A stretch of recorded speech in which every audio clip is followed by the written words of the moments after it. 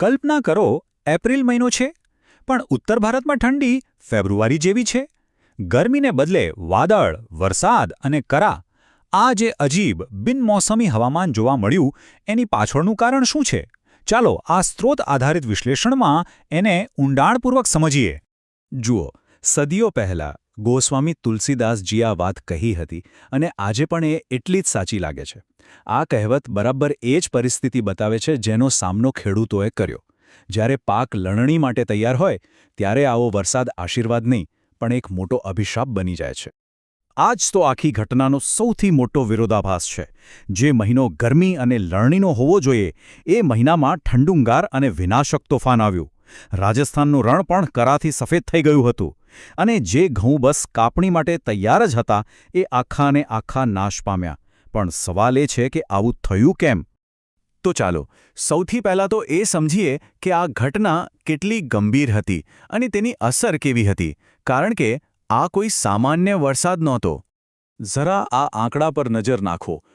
14 degree, એ પણ April મહિનામાં દિલ્હીમાં. સામાન્ય રીતે આ સમયે તાપમાન 35 ડિગ્રી સેલ્સિયસની આસપાસ હોય છે, પણ આ તોફાનને કારણે એ સીધું ગગડીને 14 ડિગ્રી પર પહોંચી ગયું. તાપમાનમાં આટલો મોટો ઘટાડો જ બતાવે છે કે આ હવામાન કેટલું અસાધારણ હતું. અને આ જ વાત વૈજ્ઞાનિકો માટે ચિંતાનો વિષય બની છે. તો પછી આ બધા પાછળનું વૈજ્ઞાનિક કારણ શું છે? હવામાનશાસ્ત્રીઓ જે ઘટના તરફ ઇશારો કરી રહ્યા છે એને પશ્ચિમી વિક્ષોભ એટલે કે વેસ્ટર્ન ડિસ્ટર્બન્સ કહેવાય છે. તો આ પશ્ચિમી વિક્ષોભ છે શું? ચાલો એકદમ સરળ શબ્દોમાં સમજીએ. આ એવા તોફાન છે જે યુરોપ પાસેના ભૂમધ્ય સમુદ્રના વિસ્તારમાં બને છે અને સામાન્ય રીતે શિયાળાની ઋતુમાં ભારતના ઉત્તર પશ્ચિમ ભાગોમાં વરસાદ અને બરફવર્ષા લાવે છે. શિયાળામાં આ વરસાદ રવિ પાક માટે સારો ગણાય છે. આ આખી પ્રક્રિયાને 3 સરળ સ્ટેપમાં સમજી શકાય છે. સૌથી પહેલાં ભેજ પશ્ચિમના 3 મોટા સમુદ્રો કાળો સમુદ્ર, ભૂમધ્ય સમુદ્ર અને કેસ્પિયન સમુદ્રમાંથી ભેગો થાય છે. પછી જેટ સ્ટ્રીમ તરીકે ઓળખાતા ખૂબ જ શક્તિશાળી પવનો આ ભેજને પૂર્વ તરફ એટલે કે ભારત તરફ ધકેલે છે. અને છેલ્લે જ્યારે આ ભેજવાળા વાદળો હિમાલયના ઊંચા પર્વતો સાથે અથડાય છે ત્યારે ઉત્તર પશ્ચિમ ભારતમાં વરસાદ કે બરફરૂપે વરસે છે. પણ અહીંયા એક વાત ખાસ સમજવા જેવી છે. આ કોઈ એક જ તોફાન નહોતું. ભારતીય હવામાન વિભાગે આને મલ્ટી શોક વેધર ઇવેન્ટ કહી છે.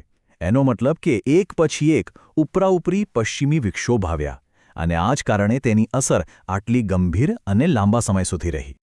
તો પછી સવાલ એ થાય કે આ તોફાનો આટલા તીવ્ર કેમ બની રહ્યા છે અને એ પણ એપ્રિલ મહિના સુધી કેમ ચાલ્યા? હવે આપણે આ સ્થાનિક હવામાનને એક મોટા વૈશ્વિક કારણ સાથે જોડીશું, જે છે ક્લાઇમેટ ચેન્જ. આ જ મુખ્ય પ્રશ્ન છે જેના પર બધા વિચારી રહ્યા છે. સામાન્ય રીતે પશ્ચિમી વિક્ષોભ માર્ચ મહિના સુધીમાં પૂરા થઈ જાય છે, પણ આ વખતે એપ્રિલ સુધી ચાલુ રહ્યા, જે એકદમ અસામાન્ય છે. અને આ જ વસ્તુ વૈજ્ઞાનિકોને તેના ઊંડા કારણો શોધવા માટે મજબૂર કરી રહી છે. અને વૈજ્ઞાનિકોના મતે આ બધાનું મૂળ કારણ ગ્લોબલ વોર્મિંગ અને ક્લાઇમેટ ચેન્જ છે. ખાસ કરીને તેઓ એક ચોક્કસ પ્રક્રિયા તરફ આંગળી ચીંધે છે, જેનું નામ છે આર્કટિક એમ્પ્લિફિકેશન. તો આ આર્કટિક એમ્પ્લિફિકેશન શું છે? સરળ ભાષામાં કહીએ તો આનો અર્થ એ છે કે પૃથ્વીના ધ્રુવીય પ્રદેશો, ખાસ કરીને ઉત્તર ધ્રુવ એટલે કે આર્કટિક, બાકીની દુનિયાની સરખામણીમાં અનેક ગણી વધુ ઝડપથી ગરમ થઈ રહ્યા છે. અને આવું કેમ થઈ રહ્યું છે?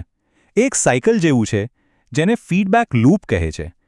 જેમ જેમ દુનિયાનું તાપમાન વધે છે તેમ તેમ આર્કટિકનો સફેદ બરફ પીગળે છે.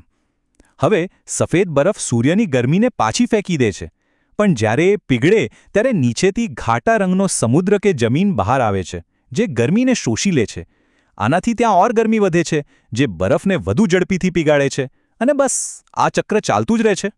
આનું પરિણામ શું આવે છે? ગરમ થતો આર્કટિક આખા ગ્રહના વાતાવરણનું બેલેન્સ બગાડી નાખે છે.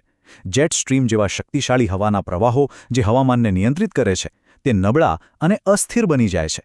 અને આને કારણે જ પશ્ચિમી વિક્ષોભ જેવા તોફાનો વધુ તીવ્ર, વધુ અનિયમિત અને ખોટા સમયે આવતા થઈ ગયા છે. આ બધી વૈશ્વિક ઘટનાઓની જમીન પર શું અસર થઈ? ચાલો હવે સીધા ખેતરોમાં જઈએ અને જોઈએ કે ખેડૂતો પર તેની કેવી વિનાશક અસરો થઈ. આ અકાળે આવેલા વરસાદે 3 મુખ્ય રીતે પાકને બરબાદ કર્યો. પહેલું, જેને લોજિંગ કહેવાય છે, એમાં ભારે પવન અને વરસાદથી ઊભો પાક આખો જમીનદોસ્ત થઈ ગયો. બીજું, કરા પડવાથી ઘઉં જેવા પાકના દાણા જ તૂટીને ખરી પડ્યા. અને ત્રીજું, લણણીના બરાબર સમયે અચાનક ભેજ વધવાથી પાકની ક્વોલિટી જ ખતમ થઈ ગઈ. અને આ નુકસાન કોઈ એક બે પાક પૂરતું સીમિત નહોતું. ઘઉં, કઠોળ, જવ, સરસવ, વટાણા અને ફળો જેવા લગભગ તમામ મુખ્ય રવિ પાકોને ભારે નુકસાન થયું. આનો સીધો મતલબ એ છે કે ખેડૂતોની આખા વરસની મહેનત લણણીના થોડા દિવસો પહેલાં જ પાણીમાં ગઈ. તો આ એક નવી વાસ્તવિકતા છે જેનો આપણે સામનો કરી રહ્યા છે. તો હવે આગળ શું? આપણે સમસ્યામાંથી ઉકેલ તરફ નજર કરીએ અને ભવિષ્ય માટે શું કરી શકાય એ વિચારીએ. ભવિષ્યમાં આવી ઘટનાઓથી બચવા માટે 3 મુખ્ય રસ્તા સૂચવવામાં આવ્યા છે. પહેલું, પાક વીમા યોજનાઓને વધુ મજબૂત અને સરળ બનાવવી, જેથી ખેડૂતોને નુકસાનનું યોગ્ય વળતર મળી શકે. બીજું, હવામાનની વધુ સચોટ અને સમયસર આગાહી મળે એવી સિસ્ટમમાં રોકાણ કરવું. અને ત્રીજું, એવા બીજ વિકસાવવા જે આવા ખરાબ હવામાનનો સામનો કરી શકે. અને હા, આ લાંબા ગાળાના ઉપાયોને અમલમાં મૂકવાની જવાબદારી ભારતીય હવામાન વિભાગ એટલે કે IMD અને ભારતીય કૃષિ સંશોધન પરિષદ એટલે કે ICAR જેવી મુખ્ય સંસ્થાઓ પર છે. આ સંસ્થાઓએ સાથે મળીને કામ કરવું પડશે. અને અંતે આ એક મોટો સવાલ આપણી સામે આવીને ઊભો રહે છે. શું હવામાનની આ અણધારી પેટર્ન હવે નવી નોર્મલ બની જશે? અને સૌથી મહત્વનો સવાલ, શું ભારત આવી અનિશ્ચિતતાઓનો સામનો કરવા માટે તૈયાર છે? આ એવા પ્રશ્નો છે જેના પર આપણે સૌએ ગંભીરતાથી વિચારવાની જરૂર છે.